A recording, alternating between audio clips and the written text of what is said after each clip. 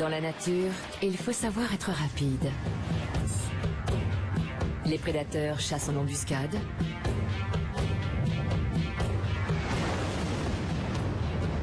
Et attaquent par surprise.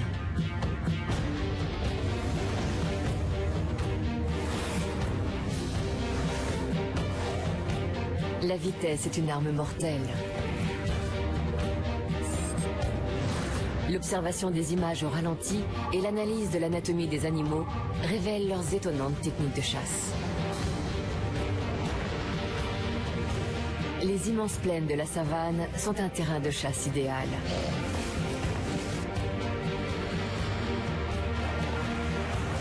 L'affrontement entre les proies et les prédateurs est sans pitié. Tout se joue en un clin d'œil.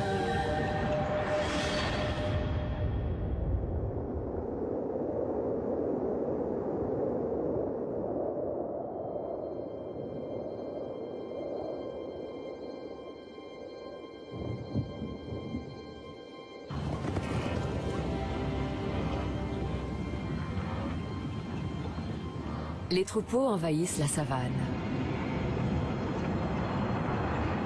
Leur arrivée est dictée par les conditions météorologiques.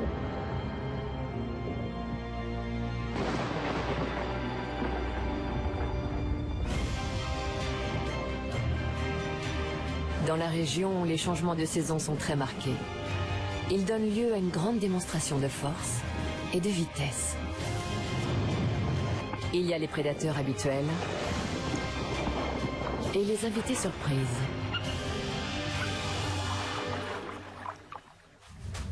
On découvre les drames qui s'y nouent lorsque l'on ralentit l'action 40 fois.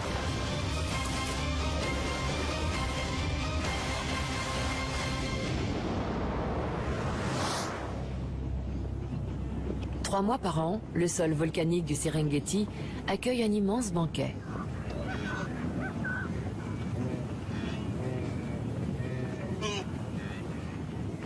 Les pluies tapissent la plaine d'une herbe épaisse qui attire des centaines de milliers de gnous, de zèbres, de gazelles et d'antilopes.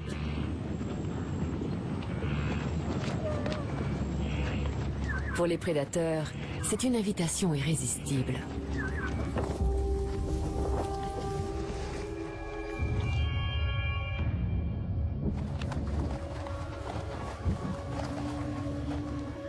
C'est l'occasion pour tous les convives d'améliorer leur technique de vitesse.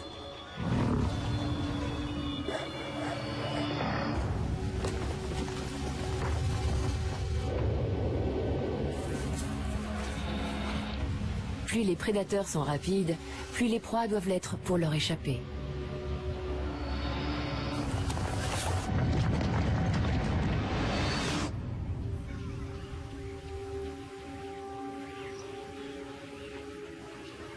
Les gazelles de Thompson sont sur leur garde. Elles sont au menu d'un prédateur redoutable.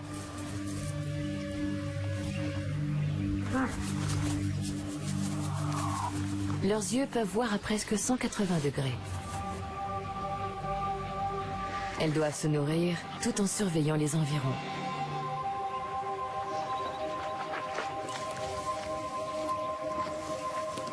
Dans la savane, seuls les plus rapides peuvent survivre.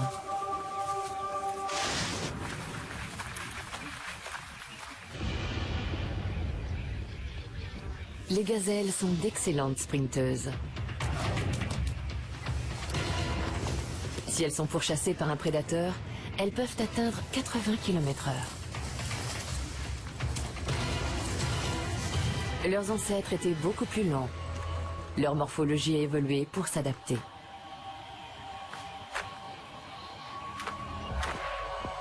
Elles ont une arme secrète.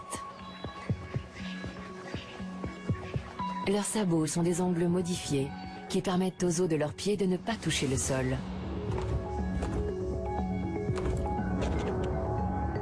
Les gazelles courent donc sur leurs sabots.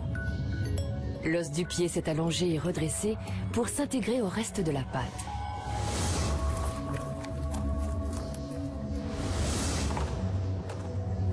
L'os qui se trouvait autrefois entre la cheville et les orteils s'est étiré.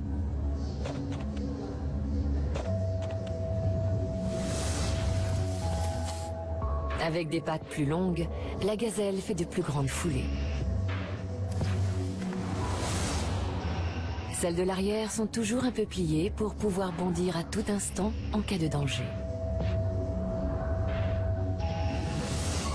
Ainsi, la gazelle peut échapper au prédateur le plus rapide du monde.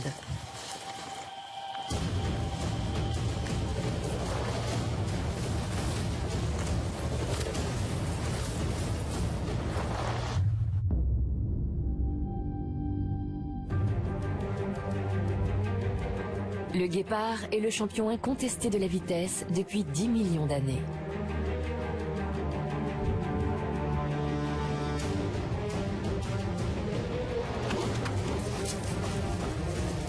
Sa vitesse peut atteindre 110 km/h.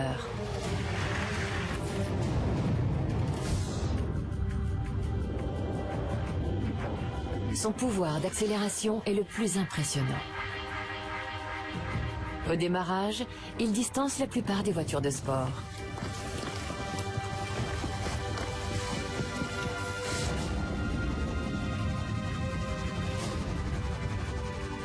Il passe de 0 à 90 km/h en 3 secondes.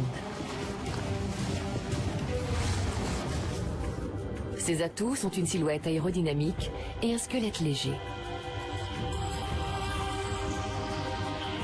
Comme il ne pèse en moyenne qu'une cinquantaine de kilos, ses muscles n'ont pas apporté beaucoup de poids et peuvent se consacrer à son accélération. Sa petite tête, sa cage thoracique plate et ses pattes fines minimisent la résistance de l'air. Sa morphologie l'aide à se maintenir à sa vitesse maximale.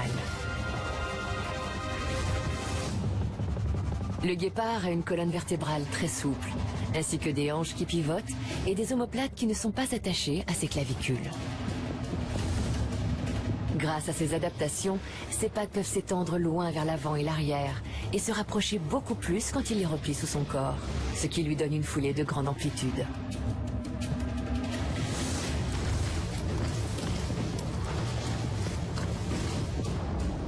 Quand il court, il passe plus de temps en suspension qu'au sol. Il peut faire 4 foulées par seconde.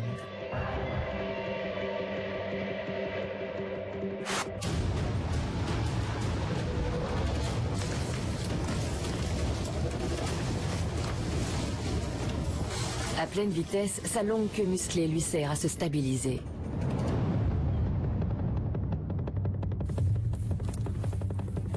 L'extrémité de ses pattes est aussi faite pour la course. Contrairement aux autres félins, il a des coussinets durs et plats. Ses griffes ne se rétractent pas. Elles s'agrippent au sol, comme les crampons des chaussures d'athlétisme. Ces modifications lui assurent une meilleure adhérence.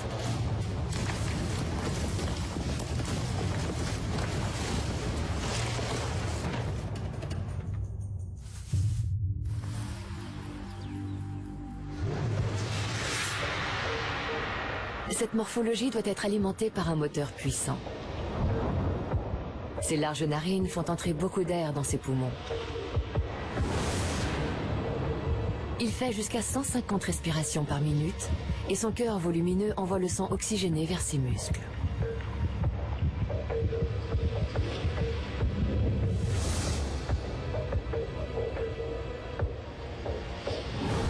Mais cette vitesse a un prix. Le guépard risque la surchauffe. S'il court trop vite et trop longtemps, la température de son corps monte, ce qui est dangereux, surtout pour son cerveau. Le guépard est donc vite épuisé par l'effort fourni. C'est une faiblesse que ses proies peuvent exploiter. Les gazelles savent éviter la surchauffe. Elles ont de grands sinus où le sang venu de leur cœur est refroidi avant d'arriver au cerveau.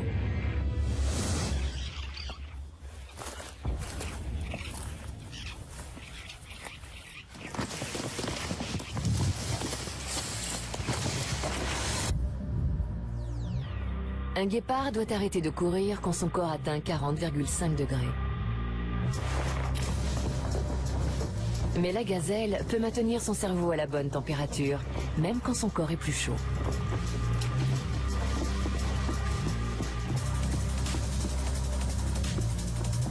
La capacité de ses poumons à favoriser les échanges gazeux lui permet de courir plus longtemps que son ennemi.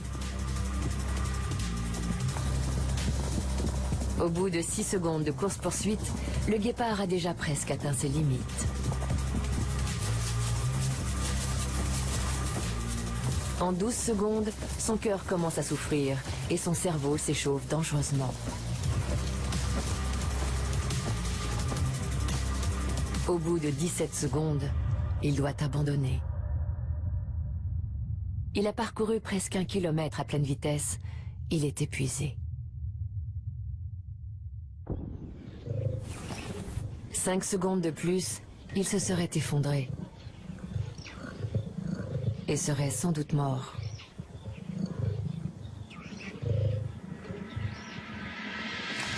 Il faut donc savoir quand donner l'assaut.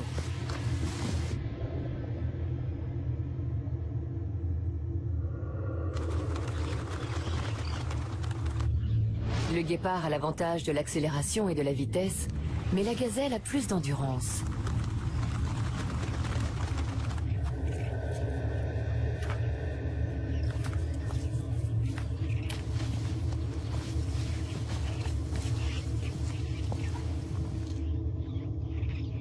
Le prédateur doit donc prendre le dessus dès le départ.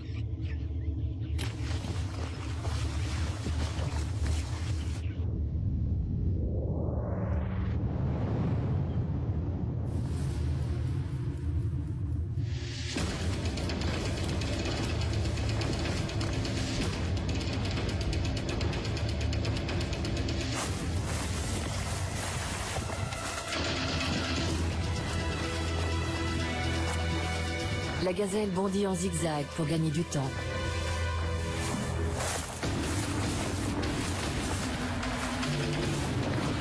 C'est la phase finale. Le guépard va tenter de rattraper sa proie avant qu'il ne soit trop tard.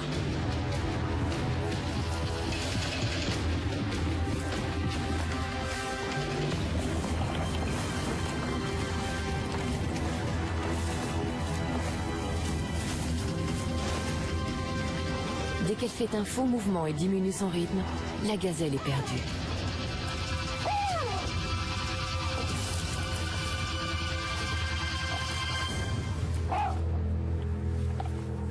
Le guépard est l'animal le plus rapide de la planète, mais la chasse le fatigue. Comme sa tête est petite, elle ne peut pas abriter de puissantes mâchoires.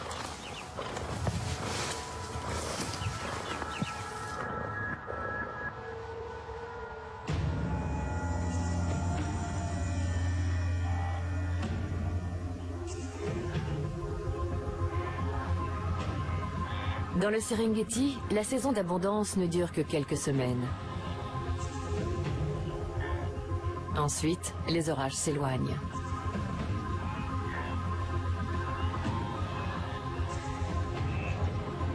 La longue saison sèche revient. Les gnous, les gazelles et les zèbres repartent vers le nord.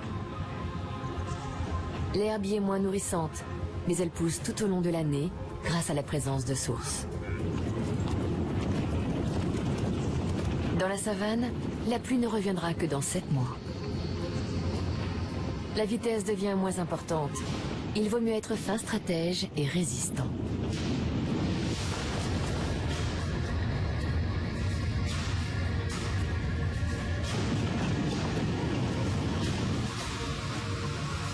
Le festin des prédateurs s'éloigne.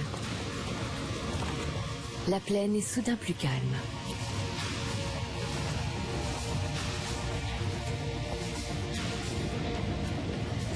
Les gnous suivent les orages vers le nord.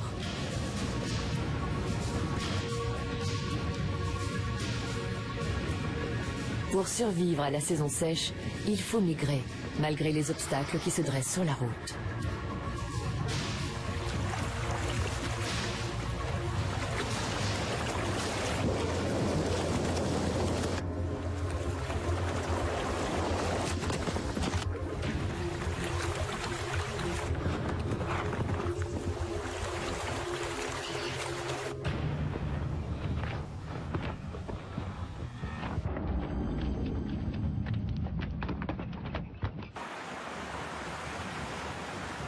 La traversée du fleuve Mara est le plus grand défi. Les pluies ont transformé le petit ruisseau en torrent déchaîné.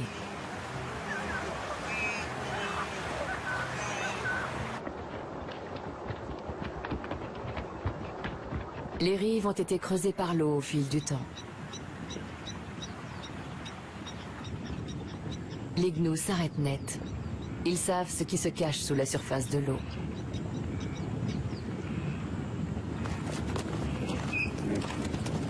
Le plus dangereux n'est pas le courant du fleuve.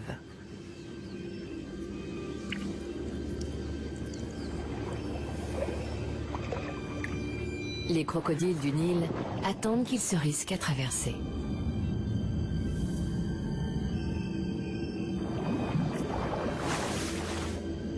L'arrivée de la grande migration est l'occasion de montrer leur talent pour chasser furtivement.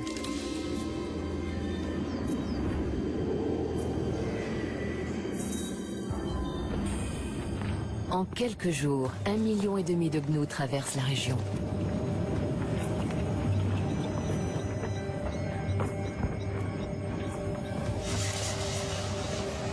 Ils savent instinctivement qu'ils doivent passer, mais la peur les retient encore.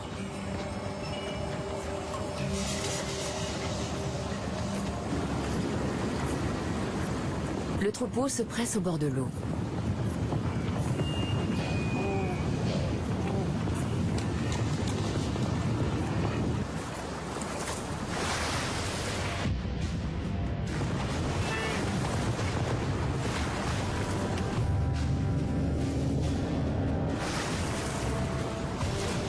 Les gnous comptent sur leur nombre pour survivre.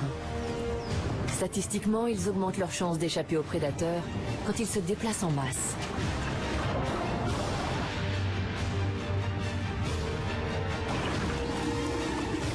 Ils se précipitent, bien qu'ils ne soient pas très agiles dans l'eau.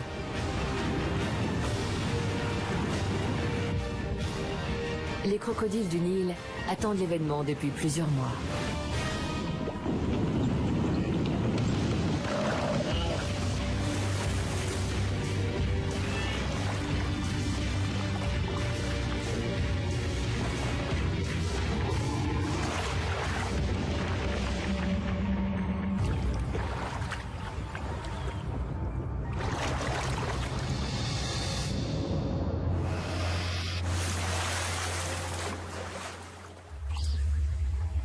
Sous l'eau, les crocodiles ne voient pas bien.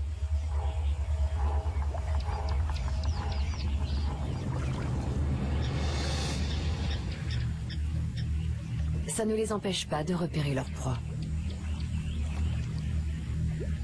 Des organes sensoriels le long de leur mâchoire détectent les vibrations.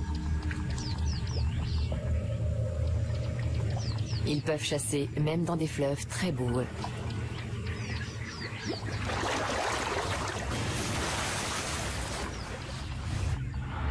Ils tendent leurs embuscades depuis le fond de l'eau. Les muscles de leurs pattes arrière et de leur queue les propulsent hors de l'eau à 70 km/h.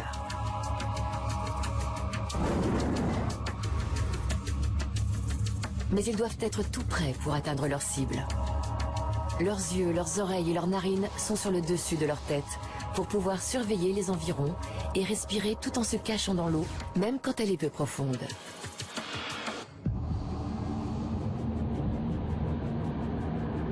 Ils attaquent par surprise.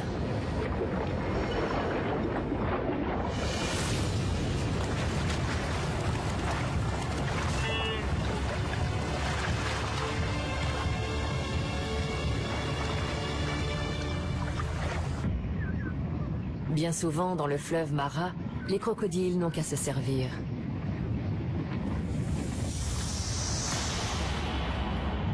Les proies viennent à eux par centaines de milliers.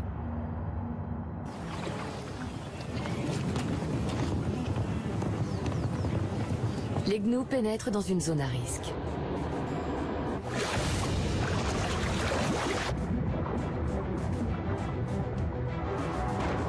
Ils se jettent à l'eau les uns après les autres.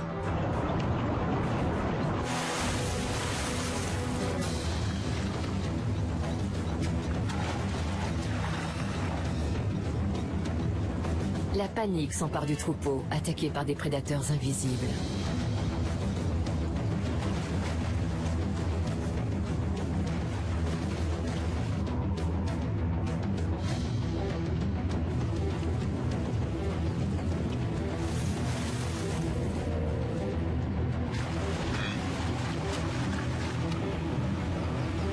Certains endroits sont encore plus dangereux. La rive est parfois trop escarpée pour remonter de l'autre côté. Rebrousser chemin est la seule solution.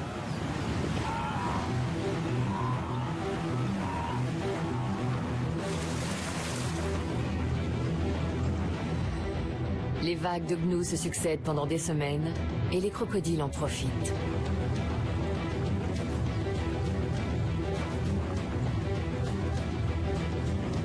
Certains tuent sans même sortir la tête de l'eau.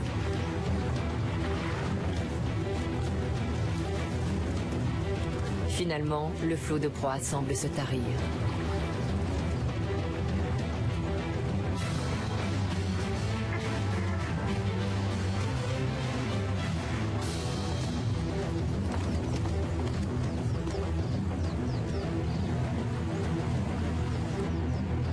Un dernier gnou et le festin des crocodiles se termine.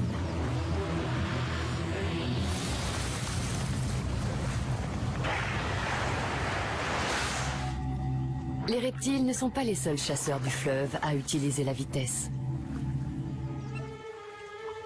Là où le courant est plus calme, ou dans les petits lacs, le bec en ciseaux a une technique moins violente mais très efficace. Son bec est unique en son genre. La mandibule en bas est plus longue que le maxillaire. Le bec est aussi très fin. Plat comme des ciseaux, il est conçu pour fendre l'eau à grande vitesse.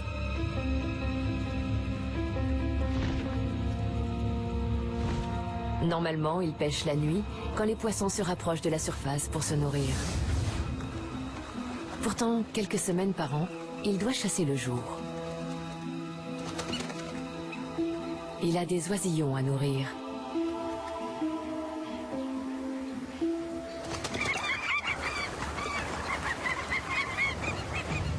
Ses longues ailes pointues sont parfaites pour voler à basse altitude à 60 km/h.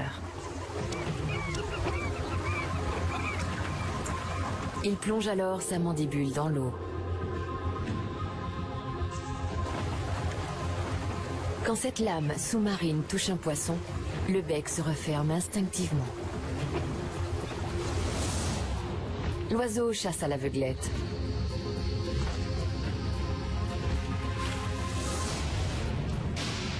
Le poisson est pris en cisaille par le côté.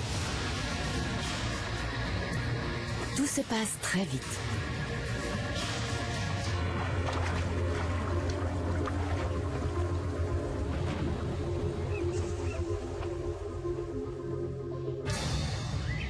Le bec en ciseaux n'est pas au sommet de la chaîne alimentaire dans ce marais.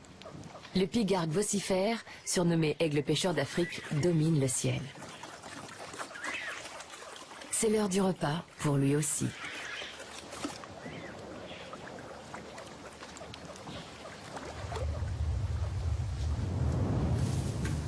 Il lance une attaque à 75 km/h.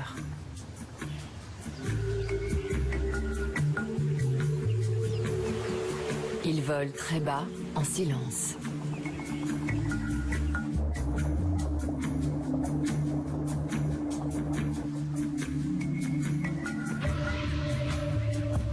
Il approche dissimulé par les papyrus.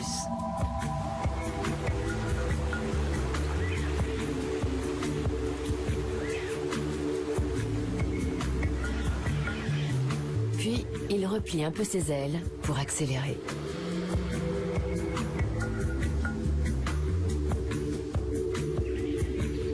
Quand les poissons l'aperçoivent, c'est déjà trop tard.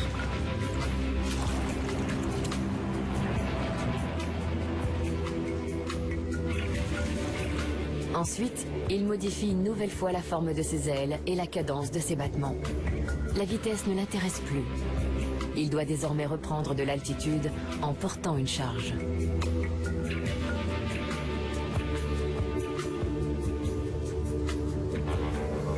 L'aigle attrape sa proie avec ses serres.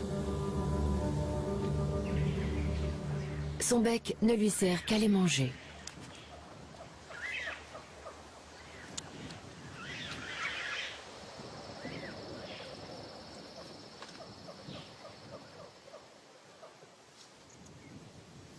Les saisons ont passé et les gnous se préparent à reprendre la route. Ils vont bientôt quitter le nord pour rejoindre les plaines verdoyantes du Serengeti. Bientôt, la nouvelle génération sera là. Il est temps de partir vers le sud. Les gnous sont constamment observés par des yeux affamés.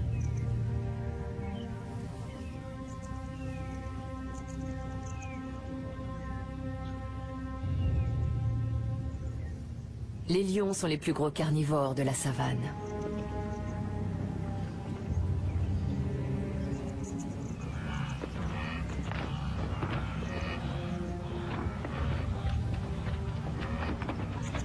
Ils sont massifs, mais leur vitesse peut atteindre 80 km/h.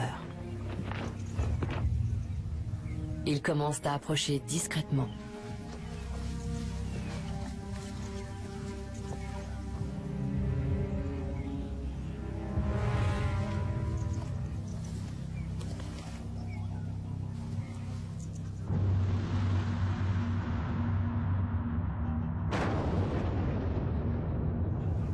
Les gnous sont constamment sur leur garde. En cas de danger, ils préviennent le reste du troupeau. Ils se protègent en restant groupés. Ceux qui s'éloignent du troupeau sont des cibles faciles.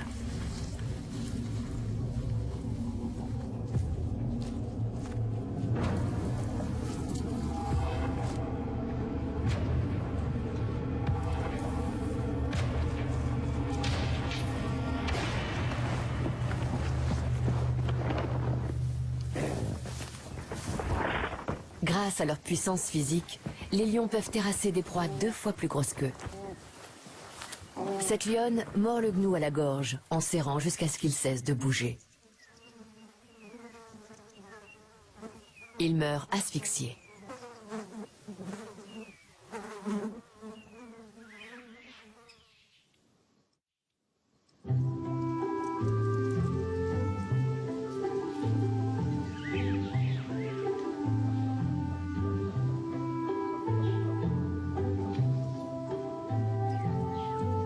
Une autre famille de chasseurs vit dans la savane.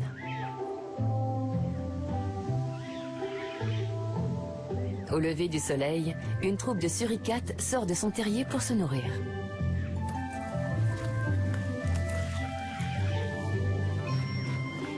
La nuit, ces animaux perdent 5% de leur poids parce qu'ils grelottent de froid.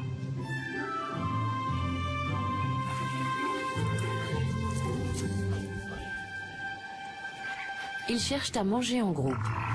Mais contrairement aux félins, ils ne partagent pas leur repas. Ils surveillent constamment leurs arrières, car ils ont de nombreux prédateurs dans la plaine. Ils courent à 30 km/h, ce qui est beaucoup pour un animal de leur taille. Le suricate le mieux nourri du groupe monte la garde pour les autres.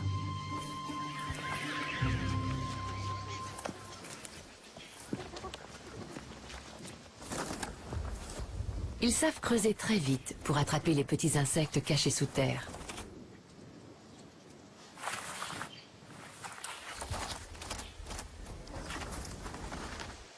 Leurs griffes avant sont acérées et recourbées et dégagent 10 pelletées par seconde. Ils ont une paupière supplémentaire transparente appelée membrane nictitante qui protège leurs yeux des projections.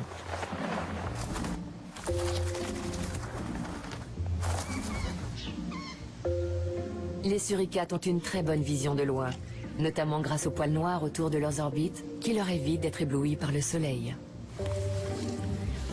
Mais ils ont du mal à voir avec précision à moins de 10 mètres d'eux.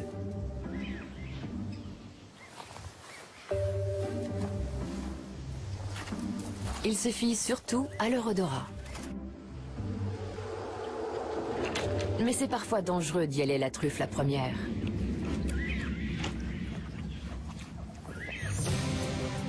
Les adultes ont assez d'expérience pour arracher les pinces des scorpions avant de les croquer. Les jeunes ne savent pas encore comment s'y prendre. Instinctivement, ils tentent de mordre la partie la plus charnue, mais ils se font pincer à chaque fois.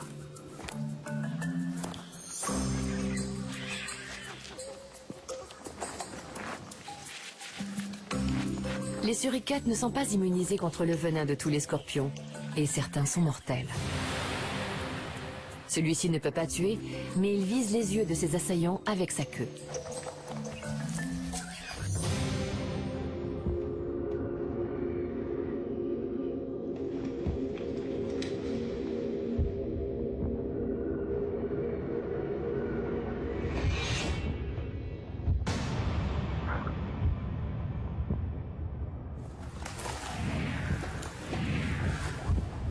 Le suricate n'aura pas de séquelles, mais il a retenu la leçon.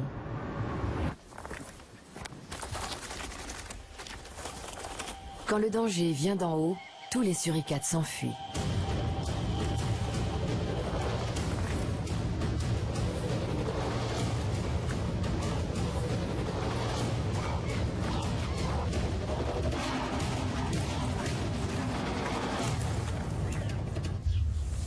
Une silhouette menaçante se dessine dans le ciel.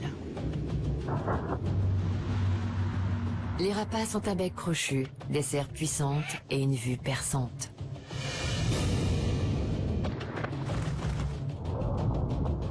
Ces oiseaux de proie font des ravages dans la savane.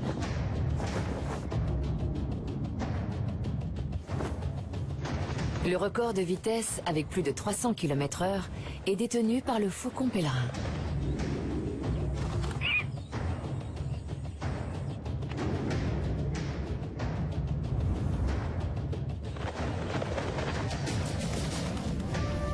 À basse altitude, les rapaces font preuve d'une grande agilité et peuvent manœuvrer plus rapidement que les avions de combat.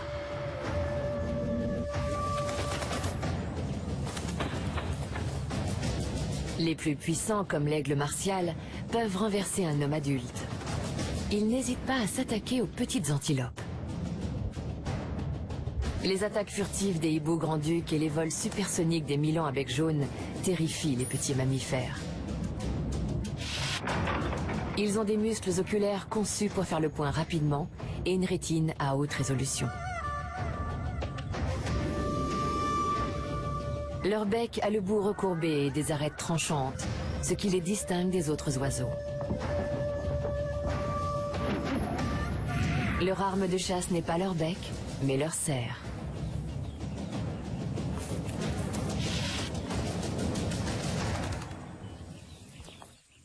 Grâce à des muscles puissants, ils broient leur proie. L'extrémité de leurs pattes rappelle certains monstres du Jurassique, et ce n'est pas une coïncidence. Les oiseaux sont les plus proches parents vivants des dinosaures. L'évolution des plumes leur a permis d'être plus rapides que les ptérodactyles et de dominer le ciel aujourd'hui. L'un de ces rapaces préfère chasser au sol. L'autour à ailes grises a de longues pattes. Il court vers sa proie.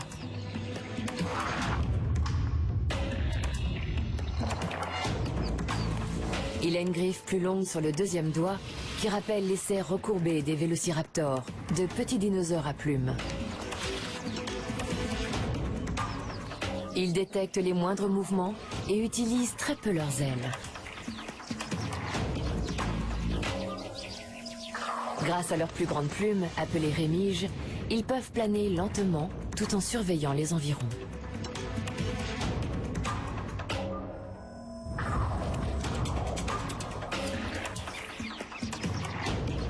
Leur vue est 8 fois plus précise que celle d'un homme. Même les insectes bien camouflés se trahissent dès qu'ils bougent.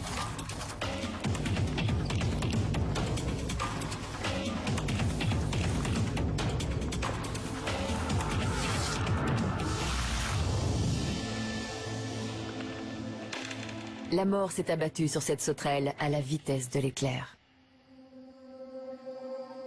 Quand les migrations reviennent dans le sud, les grands prédateurs retrouvent le devant de la scène. Le festin est particulièrement abondant. Après les pertes subies, les troupeaux doivent se reconstituer. Et comme toujours, ils sont parfaitement synchronisés.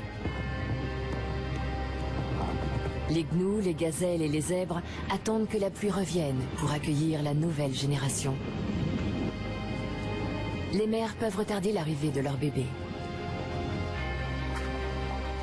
Environ 80% des femelles mettent bas sur une période de 2 ou 3 semaines.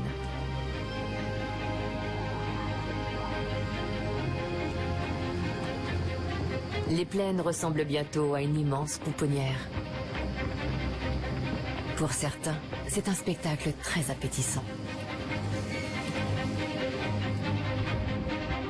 Grâce à ces naissances simultanées, les petits optimisent leurs chances de survie. Ils sont trop nombreux pour que les prédateurs les mangent tous. Les petits restent près des adultes.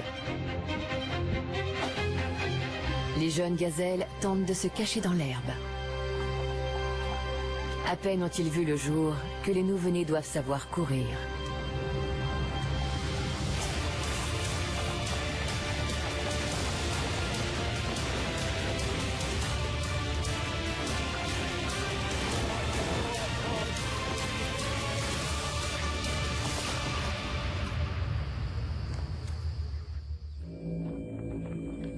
Les zèbres font une halte. Ils ont repéré un point d'eau. C'est un endroit dangereux, surtout en cette période. Les mères doivent protéger leurs petits. Elles savent que les prédateurs sont partout, prêts à profiter de la moindre faiblesse.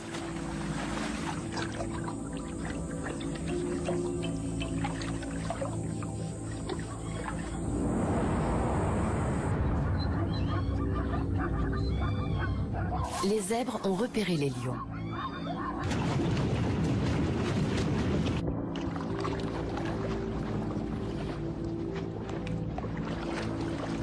Pour déjouer une attaque, le groupe crée une situation de chaos.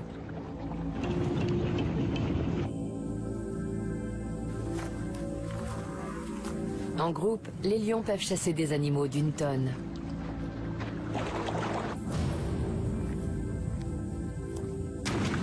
Mais s'attaquer à un jeune est toujours plus facile. Malgré la confusion, ils ont choisi leur cible.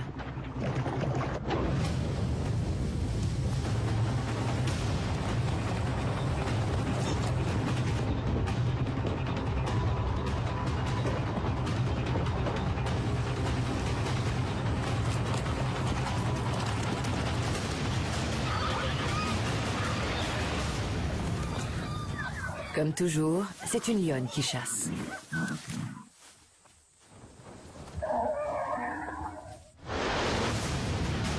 Elle a bondi d'un coup hors de sa cachette.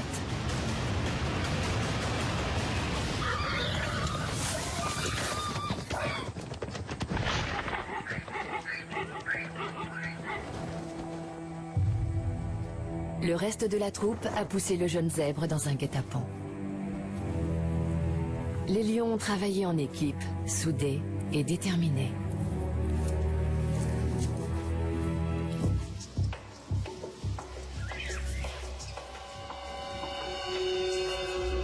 Un autre habitant de la savane se montre sans pitié. Il a la réputation d'être un charognard, mais la plupart du temps, c'est un chasseur.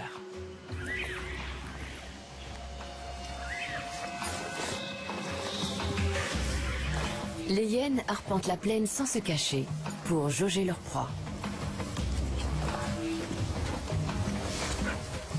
Elles sont à l'affût pour repérer les jeunes, les vieux, les malades et les faibles.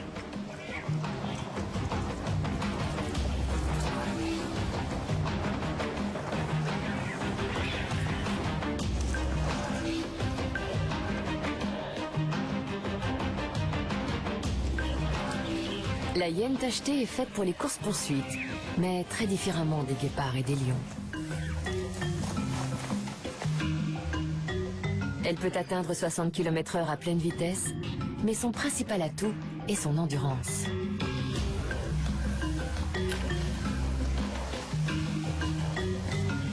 Elle est capable de maintenir une allure de 40 km/h pendant une quinzaine de minutes pour mener ses victimes à l'épuisement.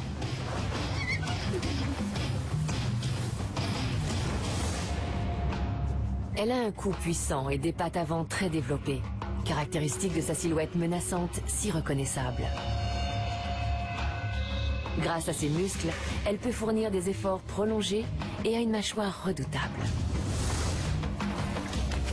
Sa morsure exerce une force de 360 kg, soit plus que celle d'un lion ou d'un tigre. Ça lui permet de broyer les os de sa proie, même les plus gros. Son système digestif peut dissoudre les os et les dents en quelques heures. Il n'y a que les poils qu'elle ne peut pas digérer.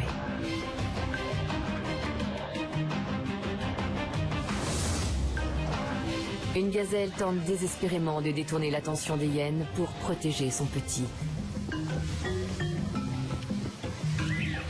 Ces prédateurs ont l'habitude de tourner autour de leur cible dans tous les sens.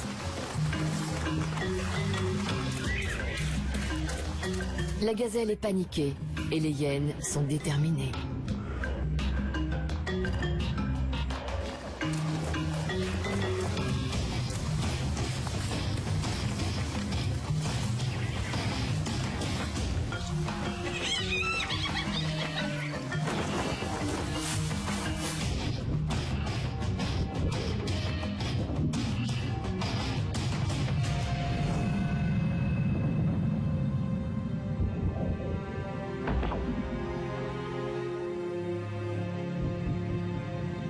Dès qu'elle donne l'assaut, l'issue pour le petit est fatale.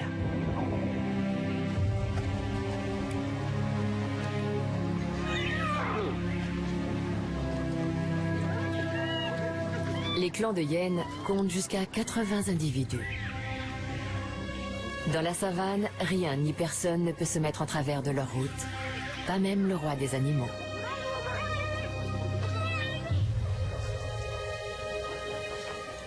Les prédateurs ne se disputent pas les proies.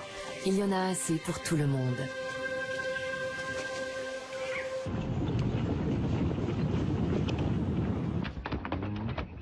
Dix minutes après leur naissance, les gnous savent déjà courir. Et en quelques jours, ils sont assez rapides pour suivre les adultes.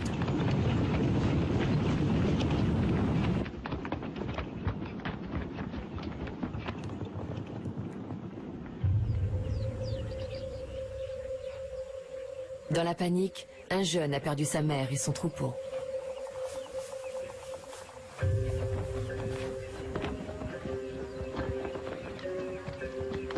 Son instinct lui dicte de suivre les animaux plus gros.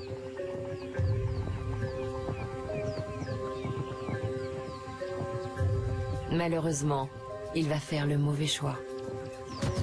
Pour les lions, c'est une véritable aubaine. Leur instinct à eux les pousse à pourchasser la proie et à la tuer.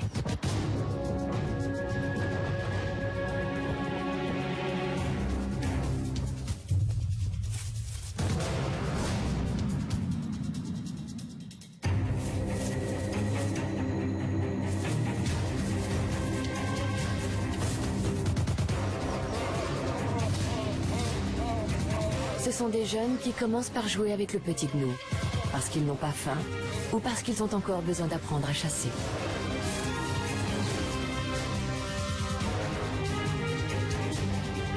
L'inévitable finit par arriver.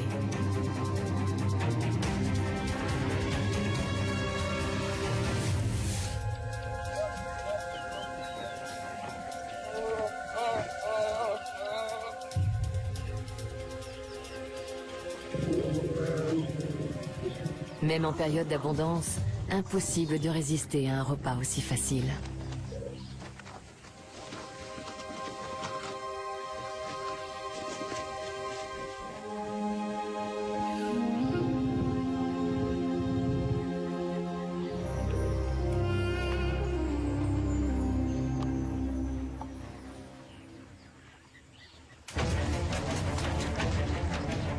La savane est le terrain idéal pour les démonstrations de force et de vitesse. Les prédateurs ont chacun leur approche.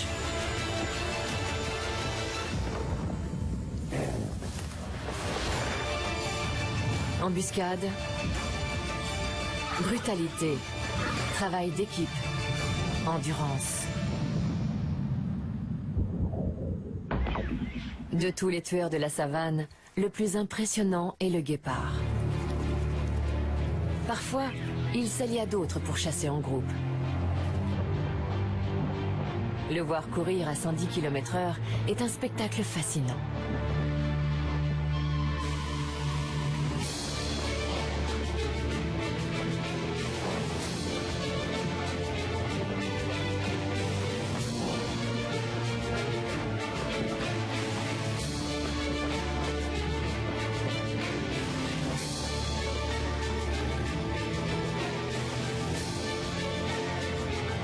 Les guépards sont moins bien organisés et coordonnés que les lions. Comme ils sont légers, ils peuvent parfois manquer de force de frappe.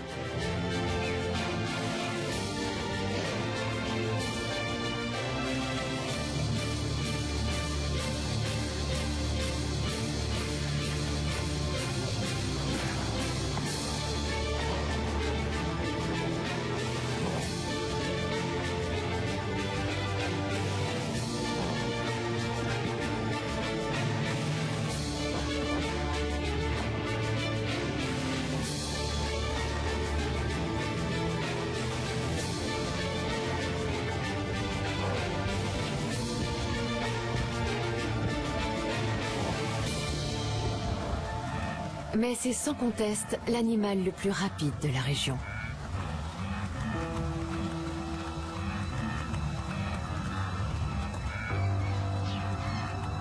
C'est un grand combattant sur ce champ de bataille où la vitesse est un atout décisif et mortel.